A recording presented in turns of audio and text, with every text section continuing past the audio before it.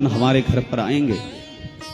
आप भोग बनाते हैं तो भगवान के लिए बनाओ, भजन करते हो भगवान के लिए करो, घर बनाया है तो भगवान के लिए है। आज काकी विदुरानी को भगवान का दर्शन हुआ।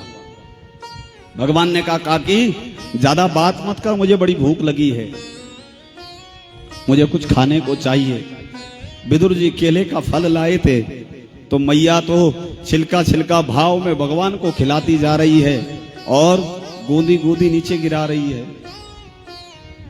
विदुर जी तो होशो हवास में है। विदुर ने कहा है विदुरानी क्या करती हो, छिलका कन्हैया को खिला रही हो, अरे उसे कष्ट हो जाएगा। तब विदुरानी को भान आया, ओहो कन्हैया तेरे आने की खुशी में तो सब कुछ भूल गई। जीवन में खुशी मिले तो भगवान के दर्शन की हो, विदुरानी की जैसी हो। मैया विदुरानी ने खूब सेवा भगवान की प्रेम बसात आज भगवान दुर्योधन के यहाँ का 56 व्यंजन छोड़ करके विदुरानी के घर में गए हैं।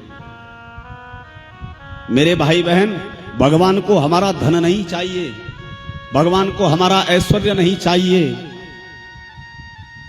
भगवान को हम क्या पहनते हैं, हम क्या खाते हैं, हम किस पद पर हैं, हमारे कितने अपने पराये हैं, भगवान को ये कुछ नहीं चाहिए। भगवान को प्रेम चाहिए।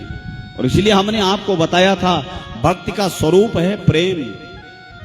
सा प्रेम स्वरूपा। भगवान विदुरानी के घर भाव का भूखा हूं मैं, भाव ही एक सार है, भाव से मुझको भजो तो भव से बेड़ा पार है।